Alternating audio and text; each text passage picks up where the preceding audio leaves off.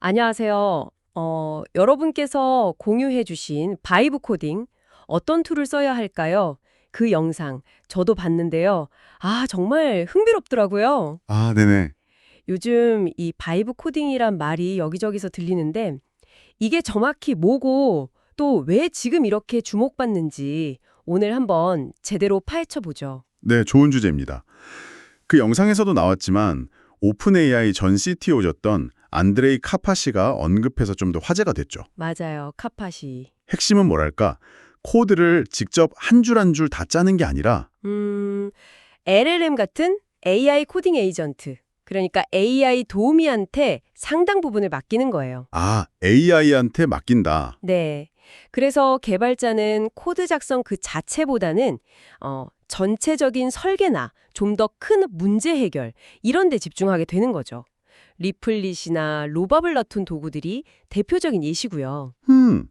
그러니까 코딩의 어떤 분위기나 방향성을 잡는다는 그런 느낌이군요. 그 문법 하나하나보다는? 네, 맞아요. 약간 오케스트라 지휘자 같은 역할이랄까요? 오호호, 지휘자. 비유가 좋은데요?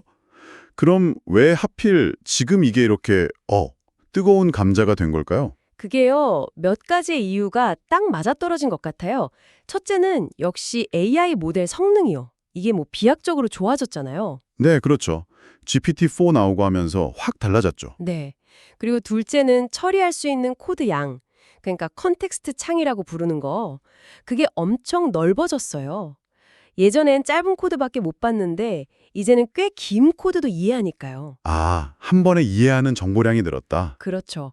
마지막으로 중요한 게 AI가 그냥 코드만 뱉는 게 아니라 스스로 좀 생각하고 문제를 해결하려는 에이전트 기능. 이게 발전했어요. 에이전트 기능이요? 네.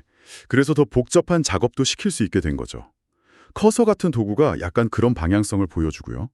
이런 게 다 합쳐지니까 이제 정말 써볼 만하다 이렇게 된 겁니다. 와, 기술들이 막 융합되면서 어떤 임계점을 탁 넘은 느낌이네요. 영상 보니까 레플릿 커서 vs 코드, 도구도 많던데 이거 어떻게 골라 써야 할까요? 좀 다른가요? 네, 그게 좀 중요한데요.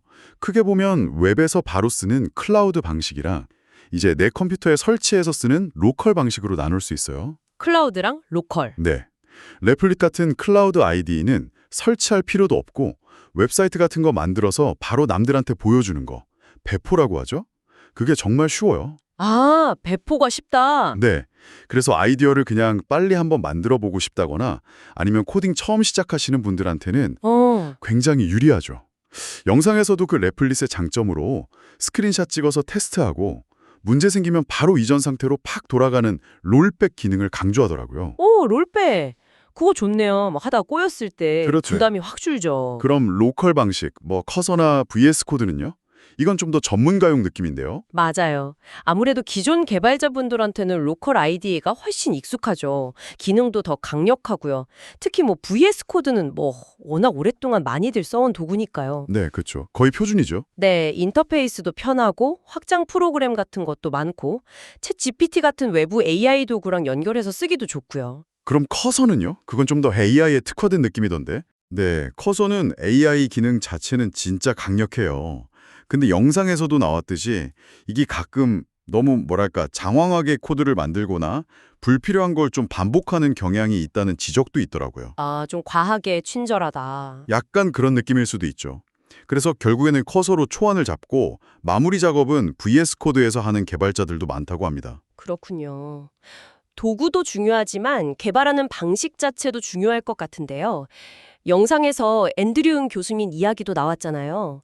그 속도랑 롤백 원칙, 이게 왜 그렇게 강조되는 거죠? 그거 정말 중요한 포인트인데요. AI가 만들어주는 코드가 항상 완벽하진 않거든요, 솔직히. 그렇죠. 실수도 하겠죠. 네.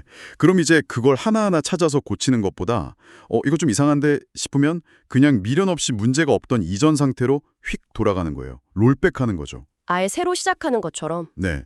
그렇게 해서 다시 시도하는 편이 오히려 훨씬 빠르고 효율적이라는 겁니다.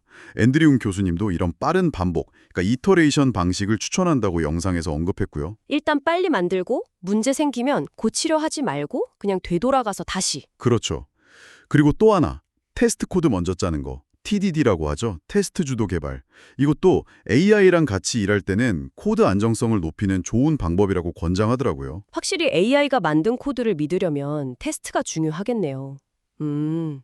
근데 AI한테 일을 잘 시키려면 이것도 요령이 필요할 것 같아요. 영상 보니까 PRD랑 와이어프레임 이야기가 나오던데요. 정확히 보셨네요.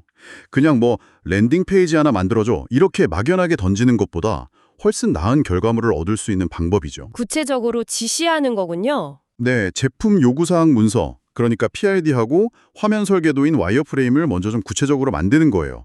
어떤 기능이 꼭 들어가야 하고 화면은 대충 어떻게 구성할 건지. 아, 미리 설계를 해서 주는 거네요. 그렇죠. 이걸 먼저 만들어서 AI한테 딱 주면 AI가 훨씬 더 우리가 의도한 것에 가까운 결과물을 내놓는다는 거죠. 이건 뭐 사람한테 일 시킬 때도 마찬가지잖아요. 명확한 설계도를 주는 거죠. 하긴 그렇네요. 영상에서 그 SEO 분석기 만드는 예시 보여줬잖아요. 그것도 그냥 시킨 게 아니라 GPT로 PRD랑 와이어프레임을 먼저 만들어서 그걸 레플릿에 입력하니까 훨씬 체계적으로 결과물이 나왔죠. 아, 그 예시 인상 깊었어요. 그럼 이 바이브 코딩이라는 게 결국 우리 청취자분들, 그러니까 여러분에게 이게 왜 중요할까요? 개발자분들한테는 당연히 생산성 향상이 있을 것 같고요. 맞습니다. 개발자 입장에서는 뭐 단순 반복 작업 줄여주고 좀 더 창의적인 문제 해결에 집중할 시간을 벌어주는 거니까요. 아주 강력한 조력자가 될 수 있죠. 이미 구글이나 MS 같은 큰 회사들도 AI가 짜는 코드 비율이 점점 높아질 거라고 보고 있고요. 큰 흐름이군요. 그럼 비개발자분들한테는요? 코딩 전혀 모르는 사람도 뭔가 이걸로 할 수 있는 게 있을까요?